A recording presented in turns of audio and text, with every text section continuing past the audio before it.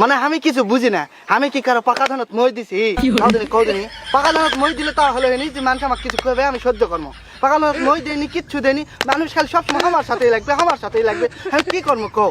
আমি শখ করে কালকে কলেজে গেছি, কলেজে যায় সে প্রিন্সিপাল আমার দিকে তাকে আছে, কলেজের গিয়ে ঢুকতে কি না ঢুকতেই তাকে আছে। আমি কি আমার দিকে তাকে আছে, কি সব তাকে থাকবে লেখো?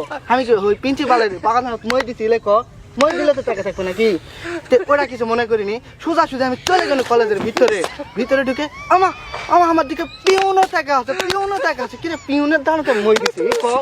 পিউনের ধানতে তো মই দেয়নি, তাইলো পিউনের ধানতে মই দেয়নি, প্রিন্সিপালের ধানতে মই দেয়নি, তাহলে তাকে আছে কেন? তাকে আছে কৃষক, আমার দিকে তাকে থাকা লাগে কৃষক। যাই হোক ভিতরে গেছি কলেজের ভিতরে যায় তিনটা ছুরি, আমার দিকে হা করে টাকা আছে, হা করে টাকা আছে। আমিও কি পাকা ধান মই দিছি? না হলে অবশ্যই আমার দিকে ক্রাশ খাচ্ছে, ক্রাশ না খেলে কি টাকা থাকতে হলে ক্রাশ খাওয়ার জন্যই টাকা আছে।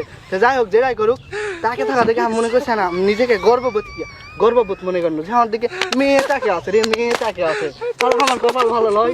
তো ওই জায়গার থেকে আমি ভিতরে গেছি, যাই দেখি যে ঘন্টা দেয় না দপ্তরি, ওই আমার দিকে তাকে আছে, ওই তাকে থাকতে থাকতে আমি খেয়াল করলো মুচকি হাসছে। দপ্তরে আবার ক্লাস খাবে কে? দপ্তরি তো ক্লাস খাবে না, তাইলো দপ্তরি ক্লাস খাবে না। ভিতরে চলে গেছি স্কুলের ঘরের ভিতরে, যত ছাত্রী সব আমার দিকে তাকিয়ে আছে। কি তাকিয়ে আছে কে? আমার দিকে তাকিয়ে থাকবে কৃষক?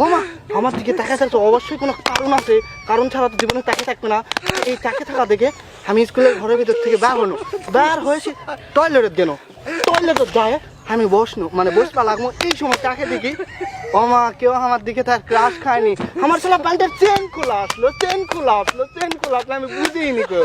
আমার মান সম্মান সব শেষ। আমি মনে করছি সবাই আমার দিকে ক্লাস খাচ্ছে, ক্লাস খায়নি কেউ, সবাই চেন খোলা দেখে